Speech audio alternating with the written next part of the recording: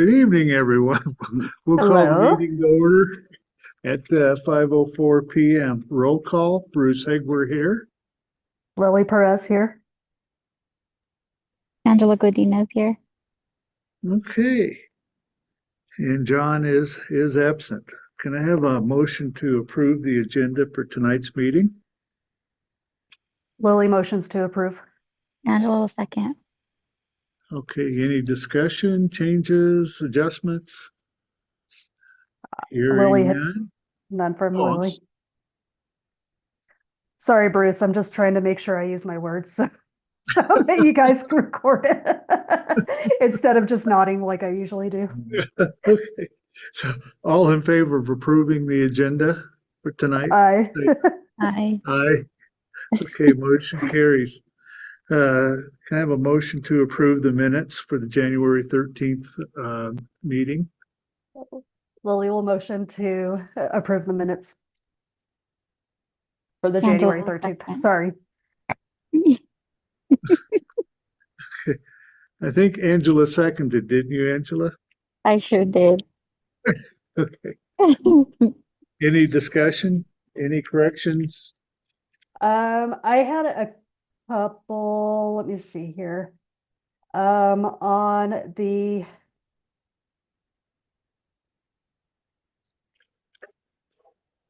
Oh, no, I can't find it. GC training. So 7A, Didn't I this one? believe Angela, and please correct me, Angela, if I'm wrong, but I believe Angela has also completed training. I was gonna ask about that. Is it like a new year? No, it's a school year or a fiscal year. So if yeah, you should be fine. I should be, yes. Thank Okay. you. Thank you.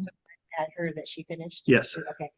And then is there two dates at the top of the minutes from that 2 years? I count 2 years, so I'm going to take that too. It's not a big deal. Yes, Yeah. good catch. I that's did not fine. catch that. Yeah, Yeah. Yeah, I didn't It's catch got it either. 25 and 26.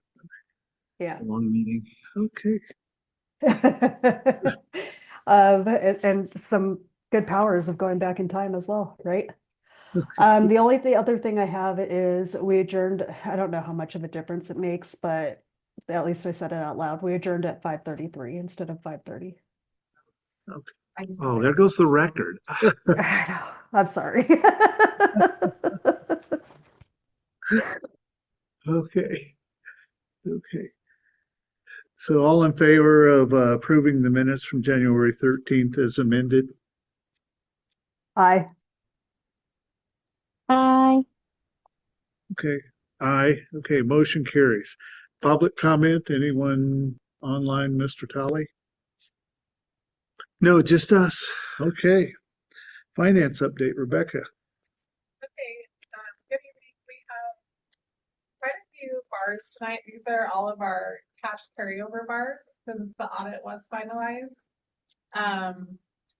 So we've got the first one up is operational funds. So we do have an increase bar of $142,761.69. So we are adding that back into the budget.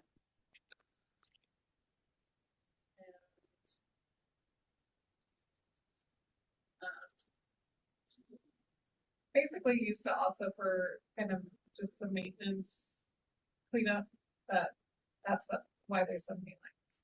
So that's the first bar. The second bar we have tonight is the student activity funds. We're adding $3,297.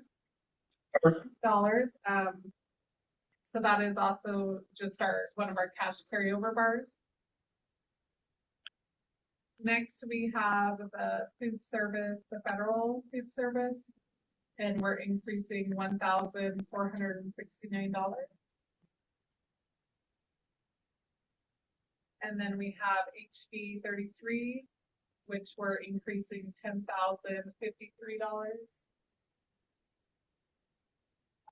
SB 9 is a decrease of $2,455. And then the SB 9 state match is a decrease of $2,708. And so that's all the bars tonight. Okay. Can I have a motion to approve the bars as presented? Lily will motion to approve bars. I'll second. You just said I just seconded. Yeah. I'm allowed to Thank you. do that.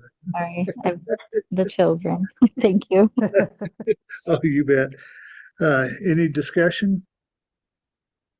Okay, all in favor of approving the bars as presented, say aye. Aye. Hi. Aye. Hi. Motion carries. Payroll and accounts payable payment vouchers. So now we have, for January, the list of payroll and accounts payable payment vouchers. So in total, we had, 303,735 go out. We did have our, audit payments, the Clifton Larson Allen. Was for the audit. Isn't that crazy? But that isn't that less than what Moss Adams was? Well, that's only a portion of it. So, Oh, okay. I think they are less than Moss Adams, but it's still like about 28,000. Okay. So is that why you increased the audit in the bar? Cash carryover, okay, Yeah. got it. Makes sense, that's what I thought. Okay. Okay, can I have a motion to approve the payroll and accounts payable payment vouchers as presented? Lily motions. I'll second. Oh. Any discussion? All in favor, say aye. Aye. Aye. Hi. Okay, motion carries. Financial statement reports.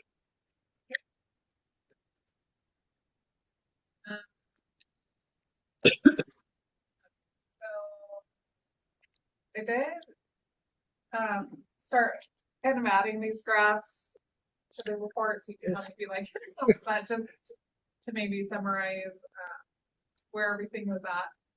And so for January, kind of what this first graph is showing is just the projected expenditures versus what we had budgeted.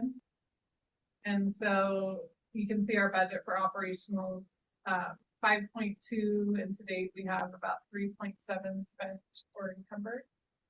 And so this does include cash.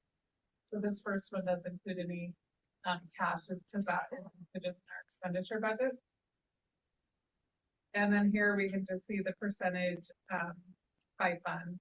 I know for Idea B I am way over budget, but I'm just trying to spend all that money and then I'm going to switch the salary. So it actually should be spent this month. And we'll have spent down all of Idea B at that point. Perfect. And so Carlsperken and the CTE, that's really our only other federal fund other than Idea B. And I haven't gotten the go-ahead yet to submit any type of request for reimbursement. So we're still on hold because APS is under like Corrective action plan. the corrective action plan. So we actually haven't even been able to submit for that yet. And that's kind of why we haven't spent more on that yet. They're under a correction action plan and I have to go to 15 mandatory meetings.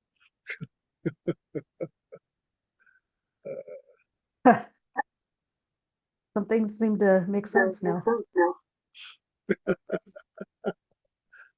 and then here we're just showing the revenue versus budgeted revenue and fund balance. So the green line is just showing budgeted revenue plus what our fund balance is. That's the total expenditure budget.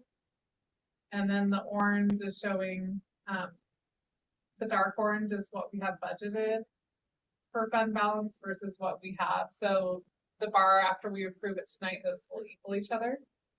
But this just can kind of show you the whole picture, I guess, the budget between what makes up the revenue, what makes up the cash part of the budget. And then you're used to this graph right here. So here we have the operational fund fund cash, we have the last couple of months actually like been increasing total cash balance overall, but our liquidity staying pretty even at that 7.4. Pretty much about where it always is. Yeah. Yeah, so we're basically just the money the school's making this year, spending it. We're in a really good spot. Good deal.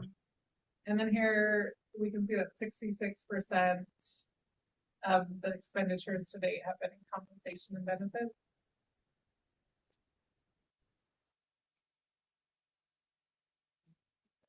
And then I'll switch down. So as of January 31st, in total with the 1 million set aside, we had about a little over 3.8 million set aside for building purchase.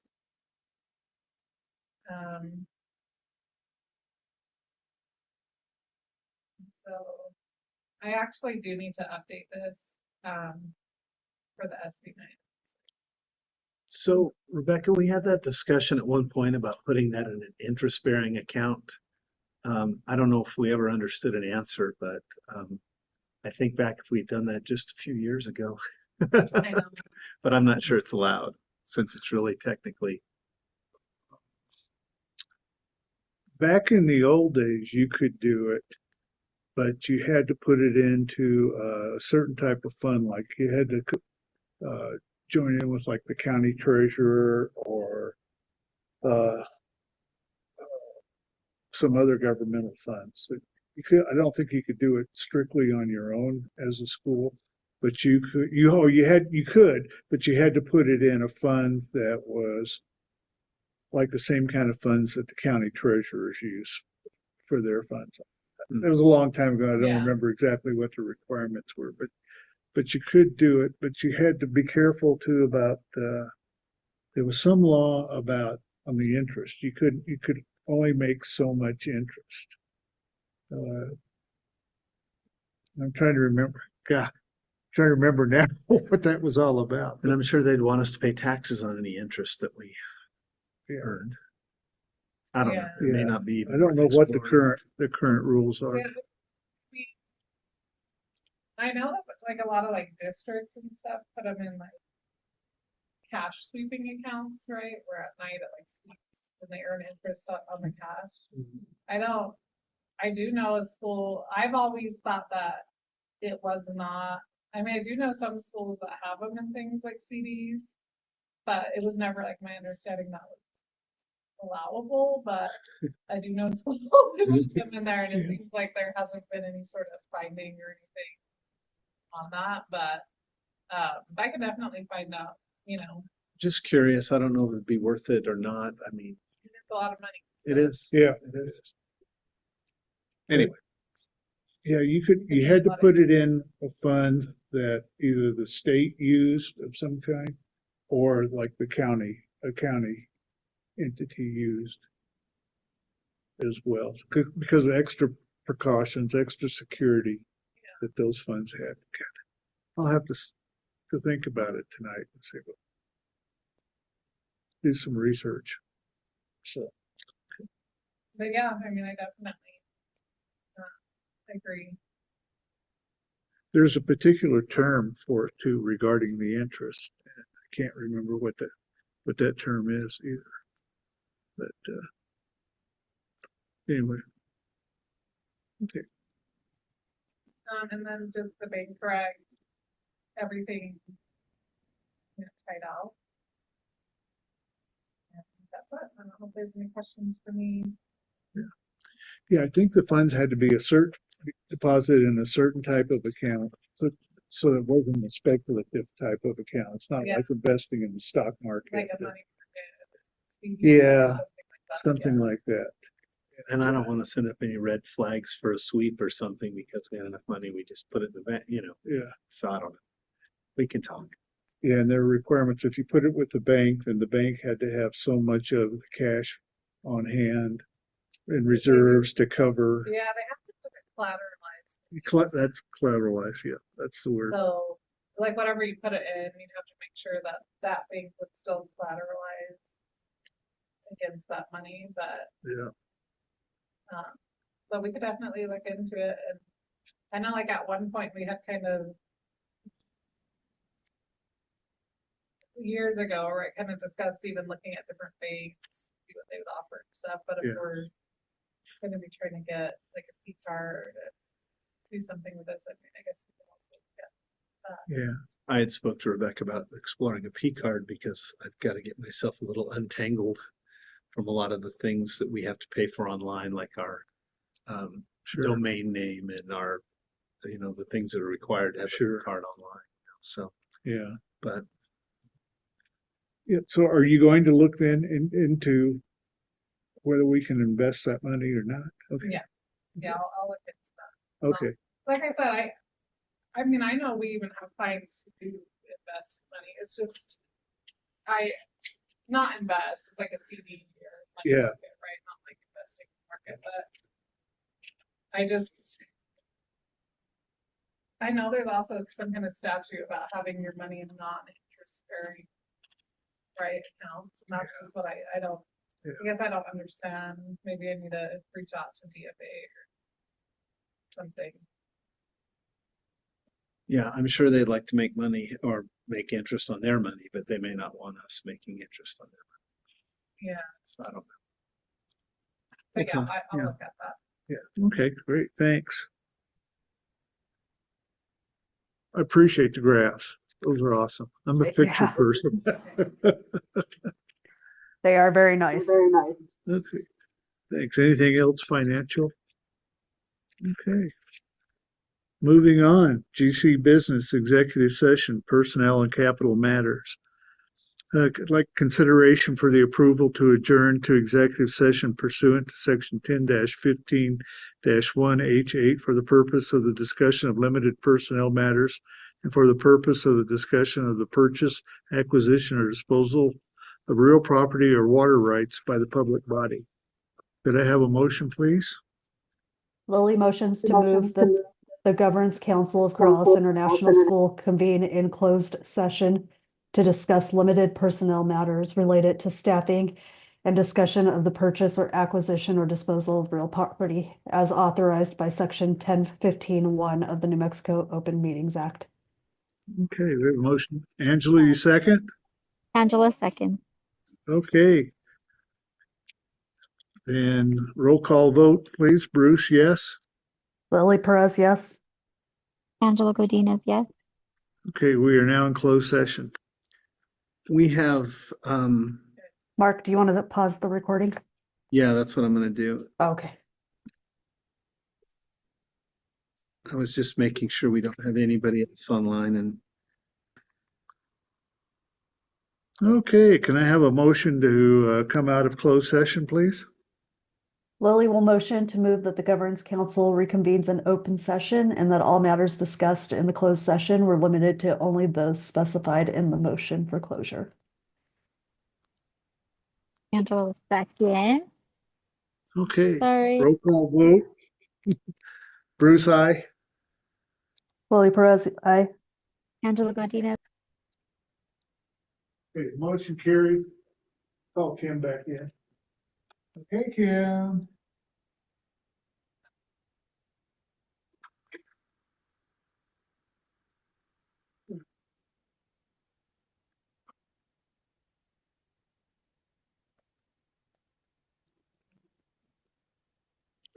Okay, head of school, Mr. Tully. Oh, we roll call vote. Everybody approved. Lily motioned, Angela seconded. Come back out. so just a few updates from Public Education Department and APS. So I will give a more comprehensive update on the legislature at our next meeting. There's a lot of bills still floating out there. Most of them are centered around new programs to improve performance in the state. They've got a new math program they want to push through. They got a new language arts program they want to push through. So we'll be looking at that. Last I heard that they were still undecided on raises for teachers. I've heard anything from 1% to 3%, I believe. So, and then trying to think if there's anything ground shaking. You know, there's a lot about the medical, of course, and everything else, but education's been kind of quiet, but it's also only a 30-day session, so we don't get a whole lot of movement on major things. But if anything's there and it gets approved, I'll bring it to you and we can discuss. What do you think about, excuse me, what do you think about creating an Office of Special Education within the Public Education Department? Is that a good deal or not? Honestly, I think it's redundant because we do have local offices of special education. Our authorizer APS has one that we work with pretty well. And usually those offices end up being staffed by a lot of policy people that may not understand.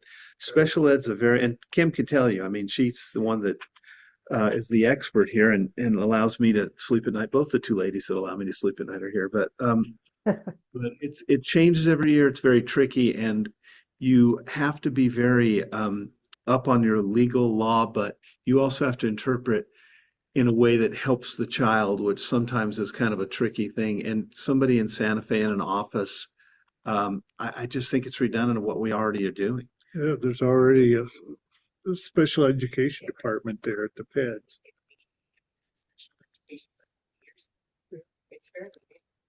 But they want to make a department that probably has a They want to like make it. assistant secretary and the whole thing. So Building the bureaucracy. yeah. Yeah.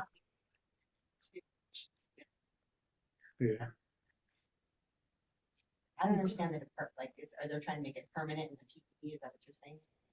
Yeah, and they want to give it a little bit more oversight and power by making it a secretary position and not just an office they have. Which, like I said, I don't see how it would change a whole lot, but Okay. the New Mexico Public Education Department, I think I've mentioned to you before, they are accrediting schools this year. I look every day to see what they want now, and they've got a big list, but honestly, I don't think a lot of people understand exactly what's going on. We're doing a lot of the same paperwork, but sometimes we have to report it to 2 or 3 people now instead of just the one office we were before. They don't seem to talk very well. But we'll see how that goes as we get toward the end of the year. I mean, there's always going to be Rebecca's portion, and we always work on the dash to put all our information in, but I don't know how much different it could be.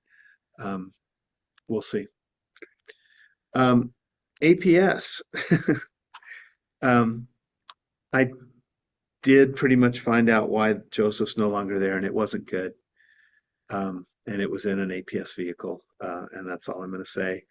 It's a shame. As far as I know, they haven't chosen any new leadership. But one thing that we found without him there and the office itself that we have to deal with, they've got somebody kind of stepping into that role as interim that's only been there a few months. And some of the things that we're being asked for our CTE reporting for the, I don't know, $1,000 we get or whatever has become just ridiculous because we fill out an application in the spring. They check with us. We go through. I've had to report the same thing about 7 times since last spring because they're under corrective action for something that probably happened when Cheryl Williams Stapleton was there running that department. Don't know for sure. But anyway, they finally came to us in November and said, we don't understand what you're teaching. What is this? I said, well, you've got a 550 number there that we've never submitted to you. Where did that come from? Well, you gave it. No, I've got all the emails. I've got everything I sent. That never was ours. Oh, well, what about this one? I said, you can see it. It's a progression. There's this PLTW class. There's this one, and there's the capstone. Well, we don't understand the number for the capstone. I said, that's because you guys don't have it yet. It's on the state website. It's there. But I don't think you guys have it. Finally, we've gone back and forth. And then I got a call last week from the charter school department asking what we do. And honestly, for the amount of money we get, it's not hardly worth it because now I have to go to required meetings. The last one I went to was 30 minutes. They showed us what the focus areas for the state and for the district and for the area was. And then basically she told us to look at the numbers and find the places we're not even for boys and girls than like teaching. Teaching draws a much higher number of girls than it does boys. Well, what do you think the root cause is? And get in pairs and discuss. She's writing her application to the state using the people in this meeting, and it lasted 30 minutes and I left. So the next one I'm going to miss and see what they'll do to me if I don't make a mandatory meeting. I mean, what can they do? But it's a waste of time. Anyway, I'll probably go. School updates. They did release the report cards for the schools. We are still at the same level, but we've increased by about 8 or 9 points. So we've made some progress. There goes my mind. Our iReady assessments that are our school-wide assessments have shown pretty good improvement through the grades from the beginning of the year to the middle of the year. We've implemented a lot of different things that we're doing with the kids as far as using the iReady preparation kit, using some different things to prepare for the state test, really focusing in on learning and doing extra tutoring with the kids. The teachers are still doing tutoring after school. So we have seen some improvement on that. And then we found one silly little improvement that was easy to make is we've discovered that on our Spanish test, which has an oral portion, and some of the listening parts of the other test, we had some headsets that weren't quite working. And when the littles were taking tests, they wouldn't tell us they weren't working. They just kind of sat through the test. And we saw a couple kids that didn't really complete and didn't do. And our testing coordinator, Alexa, said, "Why didn't you give it?" She goes, "Well, I can't hear anything." Well, so we tested everything. We ordered completely new headphones, microphones, the whole deal. It's such a silly thing because we tell the kids to tell us, but we never imagined some of them were a little embarrassed to say they couldn't hear it or something because other kids are in there, or they knew they had to be quiet for the test. So that's been an easy fix. We'll see how that works between the middle of the year and the end of the year. I And have talked to my daughter. My daughter was one of them. So I'm really, sorry. Yes, Portalia. Yeah. So let us know if she has any more problems at all. I told her, speak up, mommy. And we continue to get applications toward our lottery. We have started our work with Vertex as far as advertising and then working on our website and everything. It looks like this is going to be one of those, well, I shouldn't say one of those years. For the last 5 or 6 years, it's been one of those years where we just do a lot of registration and filling spots and offerings well after our lottery. The lottery's no longer okay, we got our kids, we'll move on. Now it's just constant. So, but once again, I think with improvements we're making and the interest we've had, people coming in and we get a lot of, "Oh, my friend told me this is a great school, I should bring my kids." And it's, I don't know, it just feels better this year than it has in a while. Good. So, and I think some of the changes have really, really helped.